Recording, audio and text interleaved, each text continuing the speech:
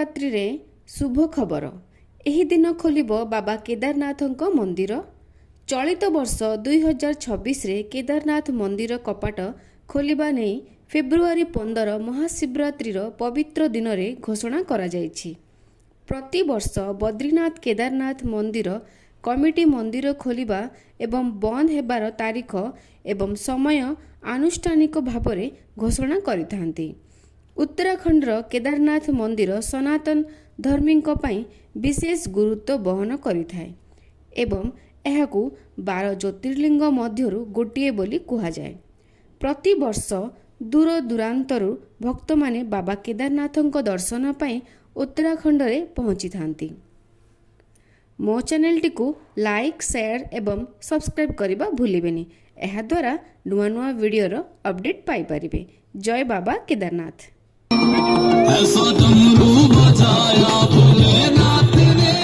आउ किछि दिन परे आरंभ हेबो चारिधाम रजिस्ट्रेशन। डिस्क्रिप्शन रे लिंक शेयर कर देछि, सेठी क्लिक करी रजिस्ट्रेशन आरंभ करि परिबे।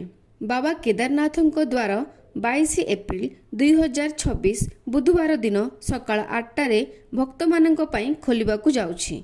ସେହି ଦିନ ସକାଳ 8ଟାରୁ ମନ୍ଦିରରେ ଭକ୍ତମାନଙ୍କ ଭିଡ଼ ଦେଖିବାକୁ ମିଳିବ। କେଦାରନାଥ ମନ୍ଦିରର ଦ୍ୱାର ପ୍ରତିବର୍ଷ ଭାଇ ଦୂଜରେ ବନ୍ଦ ହୋଇଯାଏ। ଗ୍ରୀକ୍ ପଞ୍ଚାଙ୍ଗ ଅନୁସାରେ ଏହି ବର୍ଷ ଭାଇ ଦୂଜ 11 ନଭେମ୍ବର 2026ରେ ପାଳନ କରାଯିବ। ତେଣୁ ସେହି ଦିନ ମନ୍ଦିରର ଦ୍ୱାର ବନ୍ଦ ହେବାର ସମ୍ଭାବନା ଅଛି। ତଥାପି केदारनाथ मंदिरर द्वार ए पर्यंत घोषणा करा जाय नाही। बद्रीनाथ मंदिरर द्वार 23 एप्रिल रे खोलिबो, अर्थात 22 एप्रिल 2026 रे केदारनाथ मंदिर खोलिवार परदिन। सेहीपरि गंगोत्री एवं यमुनोत्री मंदिरर द्वार 19 एप्रिल 2026 रे अक्षय तृतीया रे भक्त मानंक पई खोला जिबा नै घोषणा होईछि। ऑनलाइन रजिस्ट्रेशन किपरि करिवे, ऑफलाइन रजिस्ट्रेशन हरिद्वार रे केउठी हुए नेक्स्ट वीडियो टी रे कहिबी।